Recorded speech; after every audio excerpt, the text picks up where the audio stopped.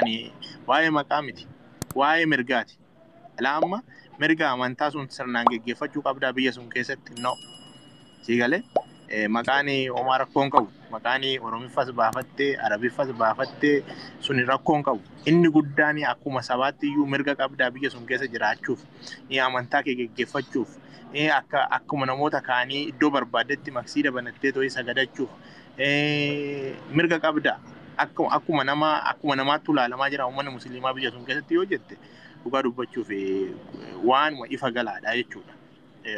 Ani ofii amantaan kiyya kiristaana haa ta'u immoo haqa nama awwaaluu hin barbaadu jechuudha. Siigalee kiristaana keessatti immoo namoota sabboonummaa qaban in rukutu dafanii rukutu amantaa sun keessaa iyyuu ni dhiibu jechuudha irra caala isaa jechuudha ni dhiibamee ba'a jechuudha wati sabboonummaa qabaatte jechuudha.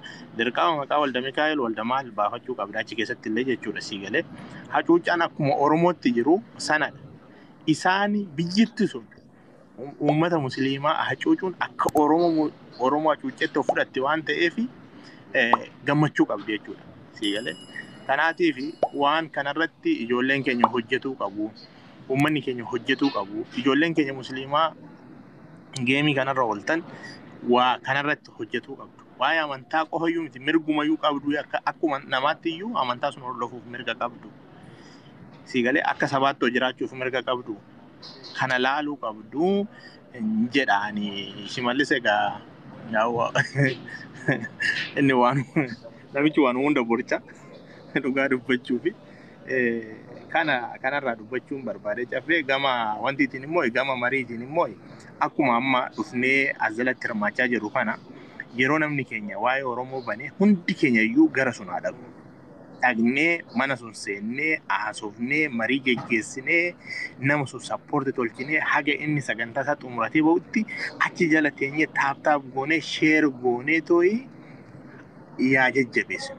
Yoo sun nutti baratame waan jiru jijjiiruu dandeenya. Caffee ani beekeessaan sin haasofsiisa waan baay'ee waan wal haasofnu qabna. Rakkoon qabu TikTokii waliif walii kennuu dandeenya. Fakkeenyaaf yeroo ani hojii jiru TikTokii kositti kanneen itti fayyadami isin jechuun danda'a. Ati hanqinatti kennuu dandeessa. Yoo barbaade isin jira wanti kiyya Feesbuukii kiyyatti kennuu danda'a. Qabsoo saba kanaa geggeessinaa ta'etti jechuudha. Warri amantaa hin qabne Feesbuukii isaarraa fi TikTokii isaarraa warra durba janajjanaa ooludha sun dhimma keenya miti waa'ee sabaatiin banne ani TikTokii kana kanan baneef ittiin uummata kootiif sagalee ta'uuf ittiin uummata koo gargaaruuf ittiin uummata koo cinaa dhaabbachuuf malee waa tokkoof hin banne jechuudha ani TikTokii kana dhugaa sitti himaa jira. Feesbuukii soo ta'e sanu kana ala wanni namni asirraa argatu tokko hin jiru yoo kisaaraa ta'e malee jechuudha. Kanaatiif namoota waa'ee saba keenyaa dubbatanii ni sappoortina gama koinsiitiinis ni sappoortina. Maaliifini birri isaa gara biraallee naqu bara uummatuma keenya bira dhaqa waan ta'eef jechuudha. Gama taaptaabii sheeriitiinis ni sappoortina jala teenyas yaada ni kennan wal sirreessina wal qajeelchina jechuudha. Kana yaada qaba. Thank you so much. Gadaa fayyaa ta'e. Aye galatoon. Ulfaat. Thank you. They are trying to divide us so hard at eenyu laliseedha. Of course they Oromootti iso cimsa.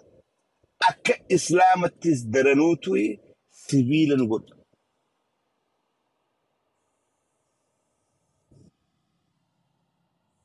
Waan kana lafan kaayinaa irratti dalagaa. Haa galatoomni ulamaan teenya bakka jirtu deebisaa kennaa jirti.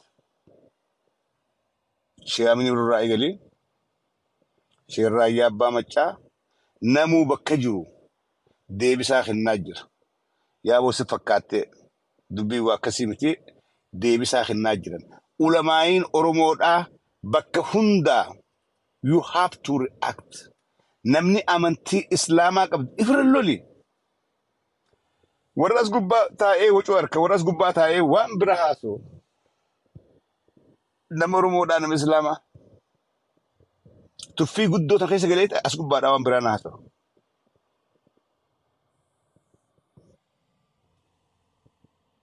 Oppidoon waan takkaan milkooyte Oppidoon.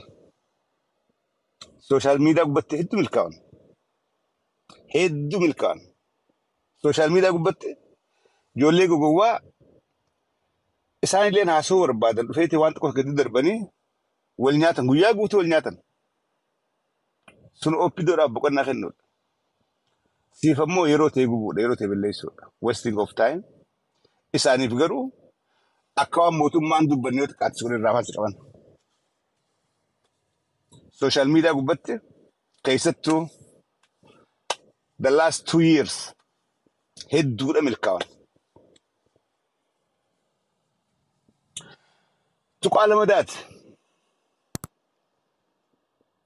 Tuqaa lamadaa guyyaa kaleedhaa uummata keenya xayyaaraan dhoon deebisee maas eegalee jira. Amma duraas taa'aa ture Oromiyaa dhawa xayyaaraan dhawaa turan meeshaa gurguddaan dhawaa turan kalees deebi'eeti barattoota iskuula mana barnootaa dirooniidhaan dhawanii reeffa sooshaal miidiyaa gubbatti arguun ooltan. Obboleeyyan kiyya kalee gaafa lubbuun Oromoo takka baatu ol baanee sagalee taa'aa turre. Ol baanee iyyaadhaa turre. Gaafa qabeenyi Oromoodhaa tokko saamamu kalee bakka takkaadha wal jaarree lafaa kaanee u'uu jechaa turre.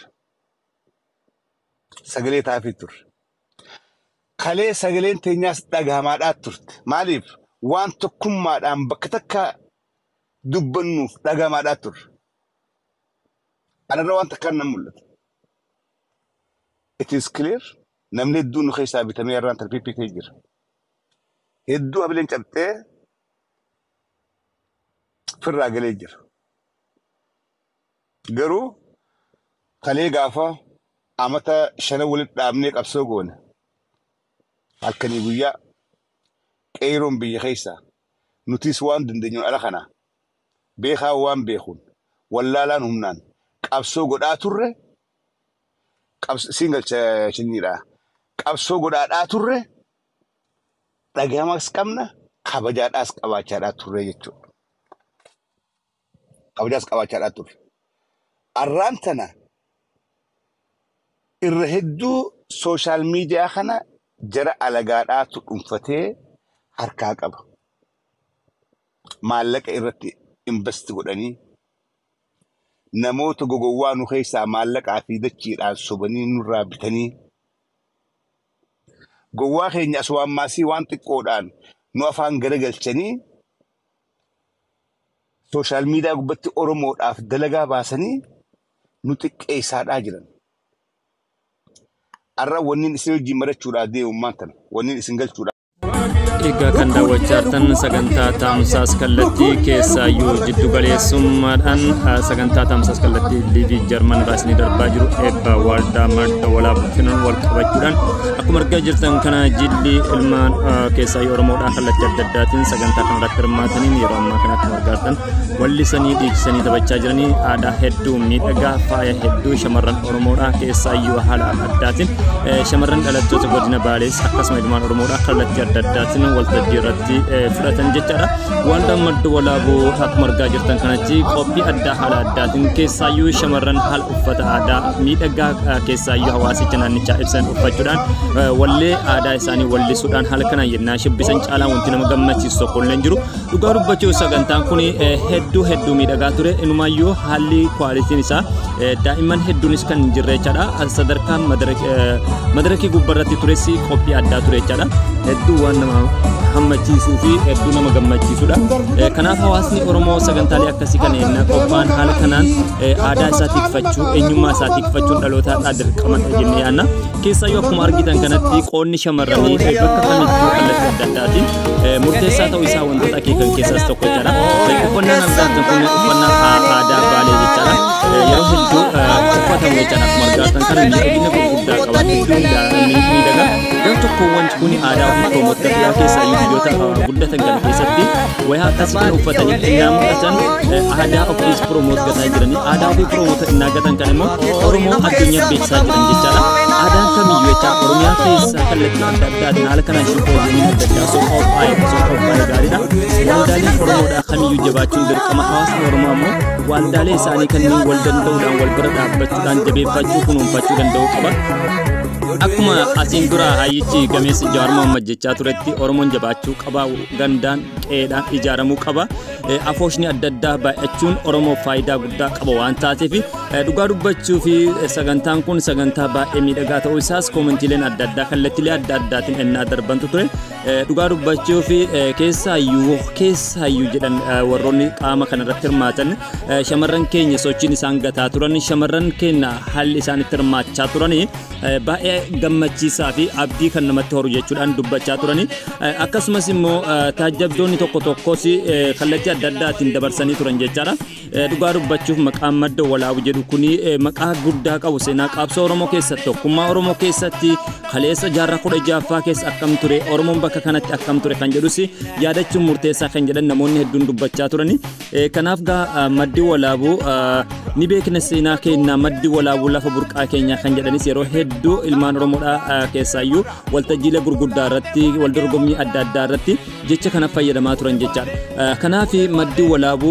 dhuguma dubbachuuf burqaa Oromoota qofa osoo hin taane kaleessa gadaa Oromootti ittite kaleessa sududaan qabsoon Oromootti geggeeffamaa turte tokkummaan Oromootti abaa qalame keessa isaan gurguddoodha jechaadha kanaaf tokkummaa ofii jabeeffachuun eenyummaa ofii tiikfachuun qe'ee isaa tiikfachuun dhalootaadhaatiif murteessaadha haaluma kanaan warroonni sagantaa kanarratti hirmaattanii qophii kanarratti yaaddoota adda addaa kennaa turtan hundi keessanuu galatoomaa isiniin jenna marigaa akkuma argaa jirtan kanatti aadaa naannichaa keessaa tokko haala baaroon ittiin jedhamu argaa jirtan viidiyoo kanarraa jeetii yaada sochiin isaan gataa jiran kun sochii aadaa ofii piroomoot gatu seenaa ofii piroomoot gatudha haala kanaan shubbisanii siinqee qabatanii shamarran keenya duudhaa isaanii kan mul'isaa turan akkuma argaa jirtan aadaa naannichaa mul'isaa turan jechaadha qophii baay'ee ajaa'ibsiisoo fi dinqisiifannaa guddaa horate jechaadha tarii hanqinoonni tokko tokko jiraachuun mala hanqinoonni suniin ammoo duratti ni fooyya'an kan jedhus yaadni gurguddaan dhufanii jiranii kanaaf